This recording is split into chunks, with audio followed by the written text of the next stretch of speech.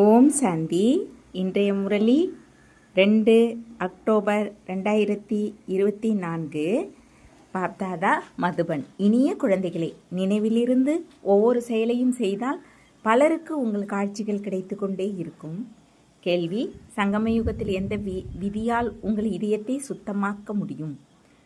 பதில்: நினைவிலிருந்து உணவை தயார் செய்து நினைவிலிருந்து சாப்பிடுங்கள். அப்பொழுது இதயம் சுத்தமாகும். சங்கமயுகத்தில் பிராமணர்கள் உங்கள் மூலமாக தயாரிக்கப்பட்ட பவித்திர பிரம்ம போஜன் தேவர்களுக்கும் மிக பிரியமாக இருக்கிறது. யார் பிரம்ம போஜனத்திற்கு மதிப்பு அளிப்பார்களோ அவர்கள் தட்டை கழுவியும் குடிப்பார்கள். அதற்கு புகழ் அதிகமாக இருக்கிறது. நினைவில் உருவாக்கப்பட்ட உணவை சாப்பிடுவதால் சக்தி கிடைக்கும். இதயம் சுத்தமாகும். ஓம் சாந்தி. சங்கமத்தில் தான் தந்தை வருகிறார். ஆன்மீக தந்தை ஆன்மீக குழந்தைகளுக்கு புரிய வைக்கிறார் என்பதை தினந்தோறும் குழந்தைகளுக்கு புரிய வைக்க வேண்டியதாக இருக்கிறது. குழந்தைகளை, தன்னை ஆத்மா என்று உணருங்கள் என ஏன் சொல்கிறார்? எல்லையற்ற தந்தை ஆத்மாக்களுக்கு பாடம் கற்பிக்கிறார் என்பது குழந்தைகளின் நினைவில் இருக்க வேண்டும். சேவை செய்வதற்காக பலவித பாயிண்டுகளில் புரிய வைக்கிறார். சேவை இல்லை, நாங்கள் வெளியே எப்படி சேவை செய்வது என்று குழந்தைகள் கேட்கிறார்கள். தந்தை சேவை செய்வதற்கான உத்தியை மிக எளிமையாக சொல்கிறார். சித்திரங்கள் கைகளில் இருக்க வேண்டும். ரகுநாதரின் கருப்பு சித்திரமும் இருக்க வேண்டும், வெண்மை சித்திரமும் இருக்க வேண்டும். ஸ்ரீ கிருஷ்ணர் மற்றும் ஸ்ரீ நாராயணரின் சித்திரங்களும் வெண்மையாகவும் கருப்பாகவும் இருக்க வேண்டும். அவை சிறிய சித்திரங்களாகவும் இருக்கலாம். ஸ்ரீ கிருஷ்ணருக்கு அவ்வளவு சிறிய சித்திரத்தை உருவாக்குகிறார்கள். உண்மையில் வெண்மையாக இருந்த இவரை ஏன் கருப்பாக உருவாக்கி இருக்கிறார்கள் என நீங்கள் கோவிலின் பூசாரியிடம் கேட்க முடியும். சரீரம் உண்மையில் கருப்பாவது இல்லை தானே? உங்களிடம் மிக நல்ல வெண்மையான சித்திரங்களையும் வைத்திருக்கிறீர்கள். எனினும் இவரை ஏன் கருப்பாக உருவாக்கி இருக்கிறார்கள்? ஆத்மா எப்படி பலவித பெயர் உருவங்களை தாரணை செய்து கீழே இறங்கி வருகிறது என்பது குழந்தைகள் உங்களுக்கு புரிய வைக்கப்பட்டிருக்கிறது. எப்போது காமசிதையில் ஏறுகிறீர்களோ அப்போதிலிருந்து கருப்பாக ஆகிறீர்கள். ஜெகநாத் ஸ்ரீநாதர் கோவிலுக்கு அதிகமான யாத்ரீகர்கள் வருவார்கள். உங்களுக்கு அழைப்பும் கிடைக்கிறது. சகோதரனே, சகோதரியே, வந்து கேளுங்கள். நாங்கள் ஸ்ரீநாத்தின் 84 பிறவிகளின் கதையை சொல்கிறோம் என்று சொல்லுங்கள். இப்படி வேற யாரும் சொற்பொழிவு ஆற்ற முடியாது. இவரை ஏன் கருப்பாக உருவாக்கி இருக்கிறார்கள் என்பதை நீங்கள் புரிய வைக்க முடியும். ஒவ்வொருவரும் நிச்சயம் பாவன நிலையிலிருந்து பதித்தமாகியே தீர வேண்டும். தேவர்கள் எப்போது பாவப்பாதையில் சென்றார்களோ அப்போது அவர்களை கருப்பாக உருவாக்கினார்கள். காமசிதையில் அமர்வதால் இரும்பு களத்தை சேர்ந்தவர்களாக மாறிவிடுகிறார்கள். இரும்பின் நிறம் கருப்பாக இருக்கிறது, தங்கம் பொன்னிறமாக இருக்கிறது. அவர்களை வெண்மையானவர்கள் என்று சொல்கிறார்கள். அவர்களே 84 ஜென்மங்களுக்கு பிறகு கருப்பாகிறார்கள். ஏணியின் சித்திரமும் நிச்சயம் கையில் இருக்க வேண்டும். ஏணியும் மிக பெரியதாக இருக்க வேண்டும். ஒருவர் தொலைவில் இருந்து நல்லபடியாக பார்க்க வேண்டும். பாரதத்தின் நிலை இப்படி இருக்கிறது என்று நீங்கள் புரிய வைப்பீர்கள். உயர்வும் தாழ்வும் என்று எழுதப்பட்டிருக்கிறது. குழந்தைகளுக்கு சேவை செய்வதற்கு அதிக ஆர்வம் இருக்க வேண்டும். பொற்காலம், வெள்ளிக்காலம், செம்பு காலம் என இந்த உலகின் சக்கரம் எப்படி சுற்றுகிறது என்பதை புரிய வைக்க வேண்டும். பிறகு இந்த புருஷோத்தம சங்கம யுகத்தையும் காட்ட வேண்டும். அதிக சித்திரங்களை எடுத்து செல்லாதீர்கள். ஏனியின் சித்திரமும் முக்கியமானது. அது பாரதத்திற்காக இருக்கிறது. இப்போது மீண்டும் நீங்கள் எப்படி பாவனராக மாற முடியும் என்பதை புரிய வைக்க முடியும். ஒரு தந்தை மட்டுமே பதித்த பாவனர். அவரை நினைவு செய்வதால் நொடியில் ஜீவன் முக்தி கிடைக்கிறது. குழந்தைகள், உங்களிடம் இந்த முழு ஞானமும் இருக்கிறது. மற்றபடி எல்லோரும் அஞ்ஞான உறக்கத்தில் உறங்கி கொண்டு இருக்கிறார்கள். பாரதம் ஞானத்தில் இருந்தபோது அதிக தனவானாக இருந்தது. இப்போது பாரதம் அஞ்ஞானத்தில் இருப்பதால் எவ்வளவு ஏழையாக இருக்கிறது. ஞானி மனிதர்களும் அஞ்ஞானி மனிதர்களும் இருக்கிறார்கள் தானே. தேவி தேவர்கள் மற்றும் மனிதர்கள் பிரபலமாக இருக்கிறார்கள். தேவர்கள் சத்தியுகத்திலும் திரேத்தா யுகத்திலும் இருக்கிறார்கள். மனிதர்கள் துவாபர யுகத்திலும் கலியுகத்திலும் இருக்கிறார்கள். எப்படி சேவை செய்வது என்பது குழந்தைகளின் புத்தியில் எப்போதும் இருக்க வேண்டும். அதையும் தந்தை புரிய வைத்துக் கொண்டே இருக்கிறார். ஏணியின் படம் புரிய வைப்பதற்கு மிக நன்றாக இருக்கிறது. இல்லற விவகாரத்தில் இருங்கள் என்று தந்தை சொல்கிறார். சரீர நிர்வாகத்திற்காக தொழில் போன்றவைகளை செய்தே ஆக வேண்டும். உலகிய கல்வியும் கற்க வேண்டும். மீதி என்ன நேரம் கிடைக்குமோ அதில் பிறருக்கு எப்படி நன்மை செய்வது என்று சேவை செய்வதற்கு சிந்தனை செய்ய வேண்டும். இங்கே நீங்கள் பலருக்கு நன்மை செய்ய முடியாது. தந்தையின் முரளி கேட்கவே நீங்கள் இங்கே வருகிறீர்கள்.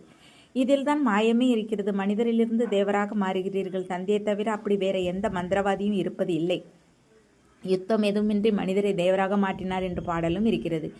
நிச்சயம் பழைய உலகிலிருந்து புதிய உலகமாக மாற வேண்டும். பழையதற்கு நிச்சயம் விநாசம் ஏற்பட வேண்டும்.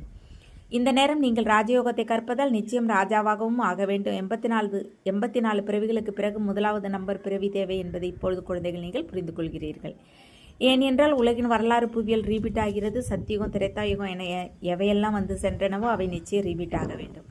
நீங்கள் இப்போது அமர்ந்திருக்கும் பொழுதும் நாம் திரும்பி போகிறோம். பிறகு சதோபிரதான தேவி தேவராவோம் என்பதை புத்தில் நினைவு செய்ய வேண்டும். அவர்களை தேவர்கள் என்று சொல்கிறார்கள். இப்போது மனிதர்களிடம் தெய்வீக குணங்கள் இல்லை. நீங்கள் எங்கே வேண்டுமானாலும் சேவை செய்ய முடியும். வேலை வெட்டிகள் எவ்வளவு இருந்தாலும், இல்லற விவகாரத்தில் இருந்தாலும் வருமானத்தை சம்பாதித்து கொண்டே இருக்க வேண்டும்.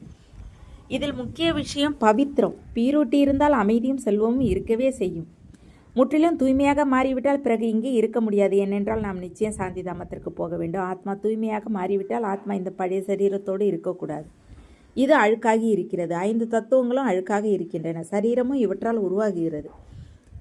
இது மண் பொம்மை என்று சொல்லப்படுகிறது. 5 தத்துவங்களின் ஒரு சரீரம் போனால் அடுத்தது உருவாகிறது. ஆத்மா எப்போது இருக்கிறது? ஆத்மா ஒன்றும் உருவாக்கப்படும் பொருள் அல்ல. சரீரம் முதலில் எவ்வளவு சிறியதாக இருக்கிறது, பிறகு எவ்வளவு பெரியதாக வளர்கிறது. எவ்வளவு அவயங்கள் கிடைக்கின்றன, அவற்றை கொண்டு ஆத்மா முழு பாகத்தையும் நடிக்கிறது. இந்த உலகமே அதிசயமாக இருக்கிறது. எல்லோரையும் விட அதிசயமாக தந்தை இருக்கிறார். அவர் ஆத்மாக்களுக்கு அறிமுகத்தை கொடுக்கிறார். ஆத்மாக்கள் நாம் எவ்வளவு சிறியதாக இருக்கிறோம். ஆத்மா பிரவேசம் செய்கிறது. ஒவ்வொரு பொருளும் அதிசயமாக இருக்கிறது. விலங்குகளின் சரீரம் எப்படி உருவாகிறது, அதிசயமாக இருக்கிறது. ஆத்மா எல்லாவற்றையும் விட மிக சிறியதாக இருக்கிறது. யானை எவ்வளவு பெரியதாக இருக்கிறது, அதில் எவ்வளவு சிறிய ஆத்மா சென்று அமர்கிறது. தந்தையும் மனித பிறவிகளை பற்றி புரிய வைக்கிறார். மனிதர்கள் எத்தனை பிறவிகள் எடுக்கிறார்கள்? 84 லட்சம் பிறவிகள் இல்லை. எத்தனை தர்மங்களோ அத்தனை வெரைட்டி உருவாகிறது என்று புரிய வைக்கப்படுகிறது. ஒவ்வொரு ஆத்மாவும் பலவித உருவ அமைப்பை கொண்ட சரீரத்தை பெறுவது அதிசயமாக இருக்கிறது. பிறகு எப்போது சரீரம் ரீபீட் ஆகுமோ அப்போது ஒவ்வொரு பிறவியின் தோற்றம், பெயர், உருவம் போன்றவை மாறுகின்றன.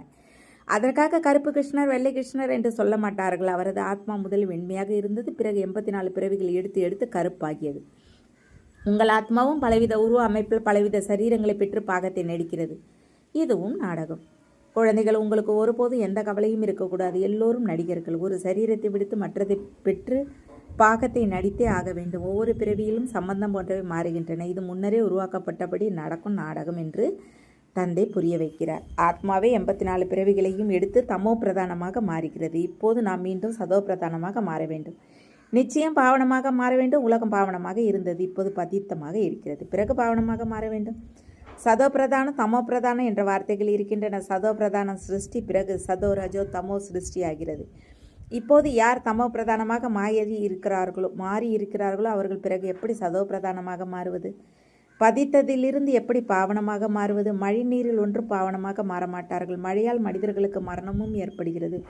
வெள்ளம் ஏற்படும் பொழுது எத்தனை பேர் மூழ்கி விடுகிறார்கள். இப்பொழுது இந்த எல்லா கண்டங்களும் இருக்காது என்று தந்தை புரிய வைத்து கொண்டே இருக்கிறார். இயற்கை சீற்றங்களும் உதவி செய்யும். எவ்வளவு மனிதர்கள் இருக்கிறார்கள். விலங்குகள் போன்றவை நீரில் அடித்து செல்லப்படுகின்றன. அதற்காக தண்ணீரில் பாவனமாக மாறுகிறார்கள் என்பது கிடையாது.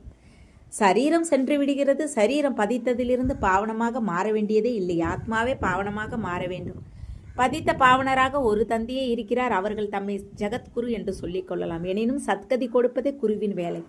அப்படி ஒரு தந்தை மட்டுமே சத்கதி கொடுக்கும் வள்ளலாக இருக்கிறார். சத்குருவான தந்தையே சத்கதி கொடுக்கிறார். தந்தையோ மிக அதிகமாக புரிய வைக்கிறார். இதையும் கேட்கிறீர்கள் தானே? கற்பிப்பதற்காக குருமார்களும் சீடர்களை அருகில் அமர வைக்கிறார்கள். இவரும் அவருக்கு அருகில் அமர்ந்து இருக்கிறார். தந்தை புரிய வைப்பதை போல இவரும் புரிய வைத்திருப்பார் தானே? அதனால் குரு பிரம்மா நம்பர் 1ற்கு போகிறார். கண்களை திறந்தவுடன் சாம்பலாக்குகிறார் என்று சங்கரரை சொல்கிறார்கள். பிறகு அவரை குரு என்று சொல்லக்கூடாது. இருந்து என்னை மட்டும் நினைவு செய்யுங்கள் என்று தந்தை சொல்கிறார். நாங்கள் வேலை வெட்டியின் கவலைகளில் இருக்கிறோம். நாங்கள் எப்படி தன்னை ஆத்மா என்று உணர்ந்து தந்தையை நினைவு செய்வது என சில குழந்தைகள் கேட்கிறார்கள். பக்தி மார்க்கத்தில் நீங்கள் ஏ ஈஸ்வரா, ஏ பகவான் என்று சொல்லி நினைவு செய்தீர்கள் தானே என்று தந்தை புரிய வைக்கிறார். எப்போது ஏதாவது துக்கம் ஏற்படுமோ அப்போது நினைவு செய்கிறீர்கள். ராம் ராம் என்று சொல்லுங்கள் என இறக்கும் தருவாயிலும் சொல்கிறீர்கள். பல அமைப்புகள் ராம் ராம் என்பதை தானமாக கொடுக்கிறார்கள். நீங்கள் எப்படி ஞானதானம் செய்கிறீர்களோ அப்படி அவர்கள் ராமர் என்று சொல் என்று சொல்கிறார்கள். சிவபாபாவை நினைவு செய்யுங்கள் என்று நீங்களும் சொல்கிறீர்கள். அவர்கள் சிவனை அறியவே இல்லை, அப்படியே ராமராம் என்று சொல்கிறார்கள். இப்போது ராமர் என்று ஏன் சொல்கிறீர்கள்? அவர்தான் அனைவருக்குள்ளும் இருக்கிறாரே. ராமர் அல்லது கிருஷ்ணரை பரமாத்மா என்று சொல்வதில்லை.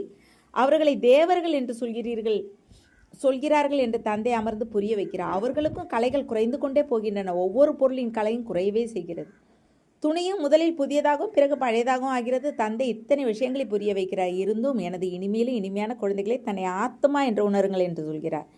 நினைத்து நினைத்து சுகம் பெறுங்கள். இங்கே இருப்பது துக்கதாமம். தந்தையையும் ஆஸ்தியையும் நினைவு செய்யுங்கள். நினைவு செய்த அளவற்ற சுகத்தை பெறுங்கள். அதனால் கவலை, துன்பம், வியாதி போன்ற எல்லாம் விலகிவிடும். நீங்கள் 21 பிறவிகளுக்கு நோயற்றவர்களாக மாறிவிடுவீர்கள். உடலின் எல்லா துன்பங்களும் கவலை நீங்கினால் ஜீவன் முக்தியும் பதவியும் பெறுவீர்கள். பாடுகிறார்கள், ஆனால் செயலுக்கு வருவதில்லை. தந்தை உங்களுக்கு நடைமுறையில் புரிய வைக்கிறார். தந்தை நினைவு செய்தால் உங்கள் எல்லா மன ஆசைகளும் நிறைவேறும். சுகவாசி ஆவீர்கள் என்று உங்களுக்கு தந்தை பிராக்டிக்கலாக புரிய வைக்கிறார். தண்டனை பெற்று ரொட்டி துண்டுகளை பெறுவது நன்றாக இல்லை. சூடான ரொட்டியே எல்லோருக்கும் பிரியமாக இருக்கிறது. இந்த காலத்தில் எண்ணெயே பயன்படுத்தப்படுகிறது. அங்கே நெய்யாறுகள் ஓடும். அதனால் குழந்தைகள் தந்தையை சிந்தனை செய்ய வேண்டும். அதற்காக இங்கே அமர்ந்து தந்தையை நினைவு செய்யுங்கள் என்று தந்தை சொல்வதில்லை. போனாலும் வந்தாலும் சுற்றினாலும் சிவபாபாவை நினைவு செய்ய வேண்டும். வேலை வெட்டிகளையும் செய்ய வேண்டும். தந்தையின் நினைவில் புத்தியில் இருக்க வேண்டும். லௌகிக தந்தையின் குழந்தைகள் வேலை வெட்டி செய்தாலும் நினைவு இருக்கிறது தானே. தான் யாருடைய குழந்தை என்பது யார் கேட்டாலும் உடனே சொல்வார். புத்தியில் தந்தையின் சொத்தும் நினைவில் இருக்கிறது. நீங்களும் தந்தையின் குழந்தை.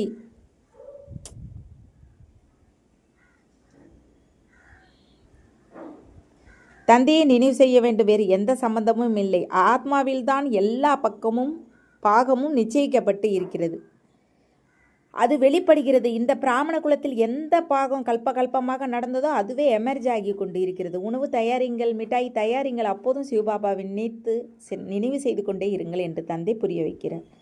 சிவபாபாவை நினைவு செய்து தயாரித்தால் அந்த மிட்டாய் தின்பவர்களுக்கும் நன்மை ஏற்படும். எங்காவது காட்சி கிடைக்கலாம். பிரம்மாவின் காட்சியும் கிடைக்கலாம். சுத்த உணவாக இருந்தால் பிரம்மாவின், ஸ்ரீ கிருஷ்ணரின், சிவனின் காட்சி கூட பெற முடியும். பிரம்மா இங்கே இருக்கிறார். பிரம்மகுமார் குமாரிகளுக்கு பெயர் பிரசித்தமாக இருக்கிறது தானே. பலருக்கு காட்சி கிடைத்து கொண்டே இருக்கும். ஏனென்றால் தந்தையை நினைவு செய்கிறீர்கள். தந்தை அதிக உத்திகளை சொல்லிக் கொண்டு இருக்கிறார். அவர்கள் வாயால் ராம் ராம் என்று சொல்கிறார்கள். நீங்கள் வாயால் எதுவும் சொல்ல வேண்டியது இல்லை. குருநானிற்கு உணவு படைக்கிறோம் என்று அந்த மனிதர்கள் எப்படி நினைக்கிறார்களோ அப்படி நாம் சிவபாபாவிற்கு உணவு படைப்பதற்காக தயாரிக்கிறோம் என்று நீங்களும் நினைக்கிறீர்கள்.